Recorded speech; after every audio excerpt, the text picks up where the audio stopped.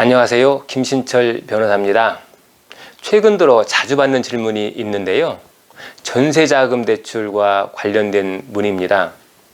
개인회생에서 전세자금 대출을 받은 경우에 전세보증금이 어떤 식으로 청산가치에 반영되는지, 또 전세자금 대출 채권이 개인회생 채권에 포함되는지 이런 문의를 하시는 분들이 많습니다. 그래서 오늘은 개인회생을 신청하실 때 전세자금 대출과 관련해서 문제되는 중요한 사항들을 정리해 봤습니다. 전세자금 대출은 크게 담보대출과 신용대출 두 가지로 분류될 수 있습니다. 먼저 전세보증금에 대한 담보대출의 경우를 살펴보면요. 은행에서 전세보증금에 대해서 질권 설정을 하는 경우가 대표적입니다. 질권 설정은 임차인이 은행과 전세금 반환 청구권을 담보로 제공하고 질권 설정 계약을 합니다. 이 질권 설정 계약과 동시에 임대인에게는 질권 설정 사실을 통보하거나 승낙을 받고요. 또 전세계약서를 은행에 제출하면 은행이 주택도시보증공사와 같은 보증회사로부터 보증서를 받고 비로소 전세금의 일부를 대출해 주게 되는 거죠.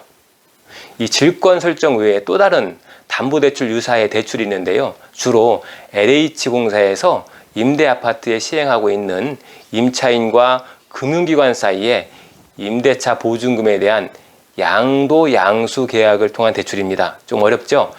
전세보증금에 대하여 임차인과 채권자 은행 사이에 양도양수 계약이 체결되고 LH공사에서 이를 승인하게 되면 임차인은 은행으로부터 보증금 대출을 받게 됩니다.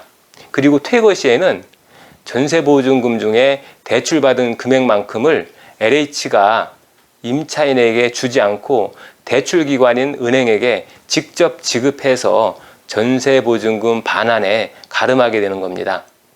이렇게 전세보증금에 질권이 설정되어 있다든지 대출금융기관에 양도되어 있는 경우에는 개인회생에서는 전세보증금 중 전세자금 대출 부분을 공제한 나머지 금액만으로 청산가치를 산정하게 됩니다. 자, 그렇게 되니까 청산가치가 낮게 되고 매월 변제해야 되는 변제금도 낮게 되는 겁니다. 다만 해당 대출 채권은 개인회생 변제금과는 별개로 대출에 대한 이자를 잘 갚아 나가야 합니다. 자, 다음으로 전세자금 대출 중에 신용대출에 관해서 설명드리겠습니다. 이 신용대출은 주로 소득과 신용이 양호한 분들이 진행하게 되는데요. 보통은 주택도시보증공사나 한국주택금융공사와 같은 보증기관이 임차인의 시종을 보증해 주면은 은행이 임차인에게 전세자금 대출을 해줍니다.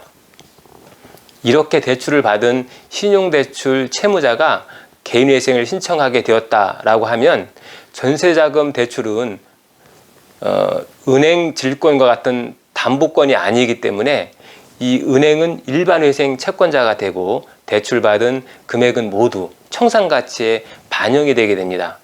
그래서 청산가치가 높게 되고 매월 변제해야 할 금액이 늘어나게 되는 겁니다. 그리고 회생채무자는 매월 변제 계획 안에서 정하는 일정 금액을 금융기관에게 변제해야 합니다. 이렇게 해당 금융기관이 개인회생 절차에 참여해서 매월 일정 금액을 변제받게 되면은 변제기간 종료 후에 잔존 전세대출금 채무에 대해서 면책 결정을 받고 잔존 전세자금 대출 채무를 모두 면제받게 되는 겁니다. 이해를 돕기 위해서 예를 하나 들어보겠습니다. 본인의 돈 5천만 원에다가 신용으로 전세자금 대출 1억 원을 받아서 합계 1억 5천만 원의 전세보증금을 마련해서 집을 임차했다라고 하면은 이분이 개인회생을 신청할 때 개인회생의 청산가치는 1억 5천만 원으로 보기 때문에 이분은 그 이상의 변제금을 변제해야만 면책이 됩니다. 이후에 개인회생을 진행해서 변제기간이 종료되면 해당 금융기관으로부터 대출받은 1억 원 중에 갚지 못하고 남은 채무는 최종적으로 모두 면책 처리가 되는 겁니다. 왜냐하면 이 대출은 이름이 전세자금 대출일 뿐이지 실제는 일반 채권자들의 신용대출과 똑같은 대출이기 때문입니다.